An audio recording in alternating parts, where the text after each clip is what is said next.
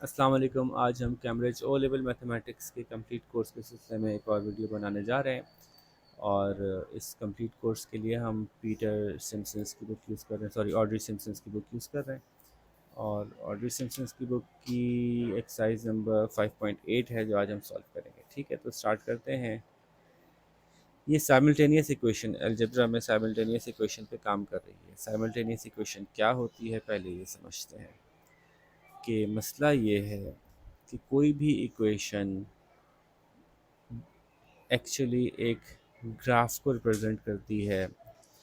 जो अलजेब्रा है वो एक्सटेंशन है ज्योमेट्री का। ठीक है, जैसे कि x is equals to 2y, या कन्वेंशनल फॉर्म में लिखते हैं तो let's suppose y is equals to 2x। ठीक है, तो इसमें ना हमें x पता है ना y पता है, क्योंकि एक इक्वेशन में अगर दो वेरिएबल होंगे तो हम फिर किसी भी एक वेरिएबल की वैल्यू नहीं मालूम कर सकते जब तक दोनों में से किसी एक को हम पहले सॉल्व ना कर लें। दोनों को एक साथ मालूम नहीं कर सकते एक इक्वेशन से। अगर किसी इक्वेशन में दो वेरिएबल्स हैं तो सॉल्व करने के लिए भी हमें फिर दो इक्वेशंस चाहिए होंगी। दो वेरिएबल सॉल्व करने के लिए दो इक्वेशंस यूज़ होंगी। खैर वापस आते हैं। ये जो इक्वेशन है x is equals to Y is equals to 2x, ये किसी चीज़ को रिफ्लेक्ट करती है। इसका मतलब क्या है? इसका मतलब है कि अगर चाय का एक कप होगा, तो अगर मैं इसको चाय का कप कहूँ और इसको चीनी कहूँ, चीनी के चमचे, तो अगर चाय का एक कप हो इक्वेशन में डालेंगे तो ऑटोमेटिकली चीनी के चमचे कितने निकल के आएंगे? 2 वन ज़ार 2, तो चीनी के चमचे दो निकल के आएंगे। अगर चाय के 4 कप ले लिए हमने, एक्सी का 4 डाला, तो खुद ब खुद वाई क्या बन जाएगा? 4 टू ज़ार 8, 8 चमचे डलेंगे। ठीक है, ये रिलेशनशिप है जिससे मुख्तलिफ वैल्यूज़ एक्स की अगर डालते जाएँ तो खुद ब खुद वाई की मुख्तलिफ वैल्यूज़ हमें पता चलती जाएंगी। ये है अलजेब्रा। और इसी को आप देखिए कि हम ग्राफिकली रिप्रेजेंट कर सकते हैं कि लेट्स सपोज एक्स पे 1 2 3 4 5 6 7 8 लेते हैं, 1 2 3 4 5 6 7 8 लेते हैं। तो अगर एक्स की जगह 1 डाला हो तो वाई की जगह 2 आया, एक्स जगह 2 डाल के देखा तो वाई की जगह 4 आ गया, एक्स जगह 3 डाला तो वाई की जगह 6 आ गया। लो भाई, एक लाइन बन गई हमारी, स्ट्रेट लाइन। ठीक है, जिसमें ये सारी पॉसिबिलिटीज़ एग्जिस्ट करती हैं, सब पॉसिबिलिटीज़ मौजूद हैं इसमें। ठीक है, तो आप बोलें बताओ भाई चाय में कितनी चीनी थी, तो आप बोलेंगे मुझे नंबर ऑफ कप्स बता दो, मुझे नंबर ऑफ कप्स बता दो, मैं चीनी बता दूंगा। इस इक्वेशन से ये तो नहीं बता सकते चाय में कितनी चीनी थी, पहले तो बताओ चाय थी कितनी। ठीक है ना? तो इसी तरह से ये जो इक्वेशन होती है ये रिप्रेजेंट करती है एक स्ट्रेट लाइन को, आमतौर पे जो हमारी नॉर्मल इक्वेशन होती है, लीनियर इक्वेशन कहते हैं इसको, जिसमें पावर्स नहीं होती। ठीक है, तो अभी इसी पे हम काम कर रहे हैं, इसी को अभी हम कंसिडर करेंगे, फिर हम आगे चलेंगे। तो अब ऐसा हुआ कि मैं जानना चाहता हूँ कितनी चीनी थी। आप क्या बोलेंगे? y is equals to 2x। मैं जानना चाहता हूँ कितनी चीनी थी, आप कह रहे हैं भाई मुझे कब बताओ तो मैं बताऊंगा कितनी चीनी थी। तो मैं कह रहा हूँ कि मैं ऐसे नहीं बता रहा कि मैं इस पूरी लाइन में x की कौन सी पोजीशन का y तलाश कर रहा हूँ, मैं ये नहीं बता रहा। बल्कि एक और स्टाइल है बताने का, वो ये है कि आप ऐसा करो कि एक और लाइन ड्रॉ करो, और जहाँ ये वाली इक्वेशन और ये वाली इक्वेशन मीट करे आपस में, उस पॉइंट पे मुझे बताओ कि x क्या है और y क्या है। ठीक है, दो लाइंस हम ड्रॉ करते हैं। मैंने जैसे बताया हर लाइन एक लीनियर इक्वेशन को रिप्रेजेंट करती है, हर स्ट्रेट लाइन एक लीनियर इक्वेशन को रिप्रेजेंट कर रही होती है। तो जहाँ दोनों लाइंस इंटरसेक्ट करेंगी वहाँ पे एक x की वैल्यू होगी और एक y की वैल्यू होगी। तो ये होता है कि जब हमारे पास दो इक्वेशंस मौजूद हों, उन दो इक्वेशंस में से हम निकाल सकते हैं कि वो कौन सा पॉइंट है जहाँ इसमें और इसमें x की वैल्यू सेम हो जाती है और y की वैल्यू सेम हो जाती है, क्योंकि ये दोनों लाइनें लाजमन इंटरसेक्ट करेंगी। और दो लाइनें लाजमन इंटरसेक्ट करती हैं अनलेस के वो पैरेलल हों। ठीक है ना? तो किसी भी रूप में बना ले, यूँ बना ले, यूँ बना लें, आप कहें ये तो इंटरसेक्ट नहीं कर रही, आगे जाके कर देंगी। ये देखें, इसको आगे बढ़ा लें, इसको आगे बढ़ा लें, कहीं ना कहीं कर जाएंगी इंटरसेक्ट। जब भी दो लाइनें बनेंगी, अनलेस के वो पैरेलल हों, वो एक दूसरे से इंटरसेक्ट लाजमन करेंगी। ठीक है, तो दो इक्वेशंस की मदद से हम वो पॉइंट निकाल सकते हैं जहाँ पे दोनों इक्वेशन का x और दोनों इक्वेशन का y सेम होगा। अच्छा, वापस से ज़रा जल्दी से हम ये समझते हैं कि इक्वेशन नंबर 1 है x plus 5y is equals to 6। Let suppose इसको y की टर्म्स में अकेला करते हैं, तो 5y is equals to 6 minus X. ठीक है, y is equals to 6 minus X upon 5। यहाँ तक तो आपको आता है। अब अगर x 1 होता, अगर x 1 होता तो y क्या होता?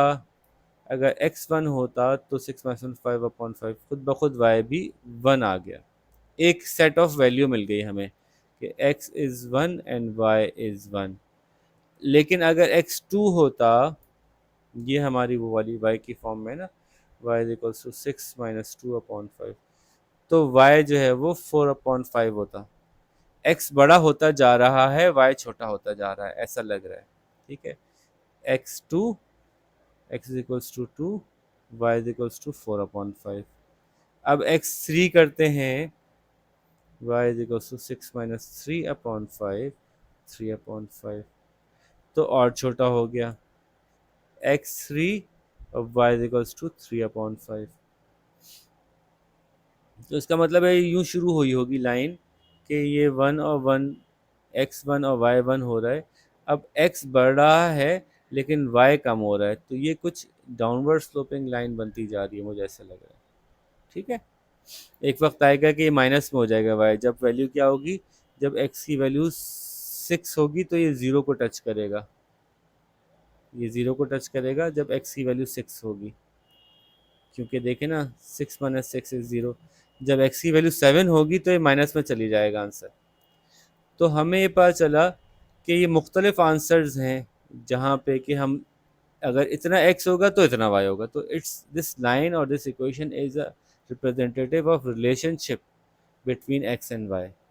अगर x इतना होगा तो y इतना होगा, अगर x इतना होगा तो y इतना होगा, अगर x इतना होगा तो y इतना होगा। ठीक है, अब वो कौन सा पॉइंट है जिसके ऊपर कि आप x और y मालूम करना चाहते हैं, इसके लिए हमने एक और इक्वेशन दी। लेट सपोज वो यूँ जा रही थी, तो हमने कहा ओके, तो इस पे x कितना होगा, y कितना होगा, चेक करते हैं। जैसे मैंने इसमें से तो पहली वाली इक्वेशन से निकाला, आपको निकाल के दिया, दूसरी वाली इक्वेशन से निकालता हूँ। x plus 3y is equals to 2, x plus 3y is equals to 2।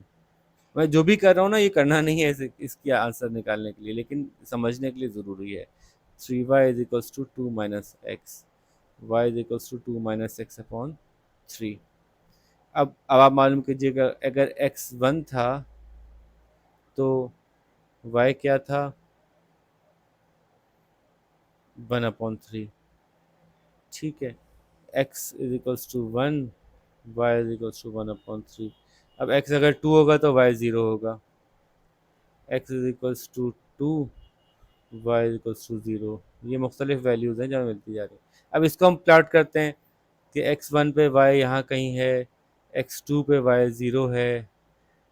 ये वाली लाइन तो गलत है ना, ये वाली लाइन तो नहीं थी, ये तो मैंने सिर्फ समझाने के लिए बनाई थी। तो एक्चुअल लाइन अब ये ऐसे बन रही है समहाउ, तो ये कहीं यहाँ जाके मीट करेगी या आगे जाके मीट करेगी, कहीं ना कहीं ये मीट कर जाएंगी। अब इसको ग्राफ में प्लॉट करके तलाश करना, एक एक वैल्यू को अलग अलग करके कि ये दोनों कहाँ मीट करती हैं, वो कौन सा पॉइंट है जहाँ एक्स और वाई की वैल्यू सेम हो जाती है दोनों इक्वेशंस के लिए, ये मुश्किल काम है। हम ढूंढना ये चाहते हैं कि वो कौन सा पॉइंट है जहाँ दोनों में हम देखें कि x की वैल्यू ये है, फॉर एग्जांपल x की वैल्यू 5 डाली, y की वैल्यू 7 आ गई, इसमें भी और इसमें भी दोनों में सेम हो रहा है आंसर, कि जब x की वैल्यू ये डालते हैं तो y की वैल्यू सेम वही आती है, जो इसमें आती है वो इसमें आती है। वो कौन सी जगह है जहाँ पे कि दोनों लाइनें इंटरसेक्ट करेंगी, वहाँ पे x और y दोनों का सेम होगा। तो ये निकालने के लिए हम इक्वेशन को जैसे सॉल्व करते हैं, उसके कई तरीके हैं। इस तरह से इक्वेशन को सॉल्व करने के बहुत सारे तरीके हैं, उसमें से एक तरीका है साइमल्टेनियसली सॉल्व करना। ठीक है, वो मैं आपको ही बताता हूँ। यही इन्होंने मांगा है, साइमल्टेनियस सॉल्यूशन मांगा है। ठीक है, तो साइमल्टेनियसली सॉल्व करने के लिए क्या करना होता है कि पहले आपको देखना होता है कि दोनों इक्वेशंस को ऊपर नीचे लिखा आपने, x plus 5y is equals to 6, x plus 3y is equals to 2। और अगर दोनों इक्वेशन में कोई एक वेरिएबल सेम मैग्नीट्यूड का है, उसका कोफिशिएंट सेम है, अगर दोनों वेरिएबल्स में से किसी एक का, जैसे यहाँ पे x और x सेम है, तो आप देख लें क्या साइन भी सेम है, साइन भी सेम है, तो फिर इसको सब्ट्रैक्ट कर दें। क्या कहें, इसको इक्वेशन 1 कह लें, इसको इक्वेशन 2 कह लें, और बोलें सब्ट्रैक्ट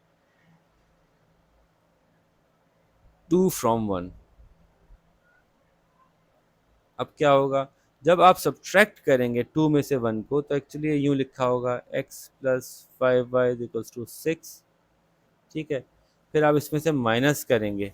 जब आप माइनस करेंगे दूसरी इक्वेशन को इसमें से, तो फिर ये जो जो भी साइन नीचे लगे हुए होंगे वो सब रिवर्स हो जाएंगे। अगर प्लस लगा होगा तो माइनस हो जाएगा, माइनस हो जाएगा, माइनस लगा होगा तो प्लस हो जाएगा। इत्तेफाक से इसमें कहीं माइनस लगा हुआ नहीं है।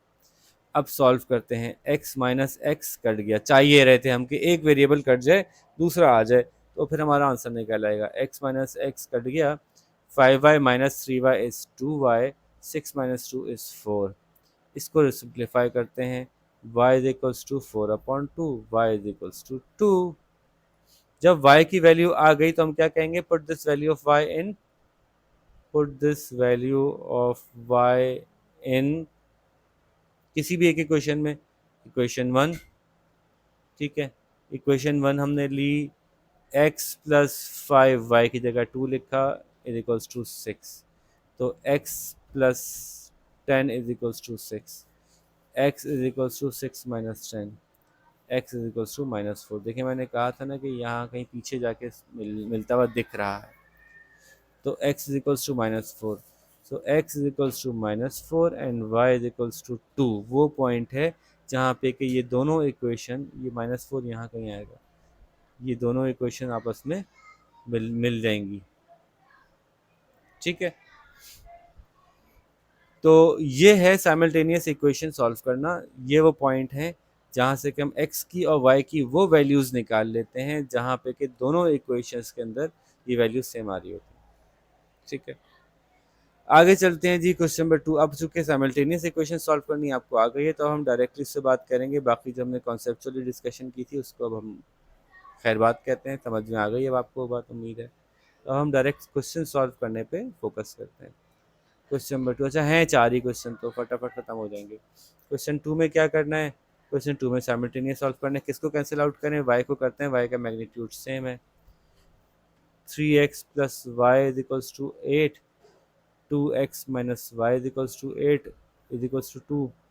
ऑलरेडी y और y का साइन अपोजिट है, तो हम सब्ट्रैक्ट नहीं करेंगे, 1 में से 2 सब्ट्रैक्ट नहीं करेंगे, ऐड कर देंगे, क्योंकि दोनों के साइन अपोजिट ऑलरेडी हैं। अगर हमने सब्ट्रैक्ट कर दिया तो ये माइनस वाला y प्लस y हो जाएगा, एक दूसरे में ऐड होकर 2y बन जाएंगे। इसलिए हम कह रहे हैं ऐड 2 इंटू 1।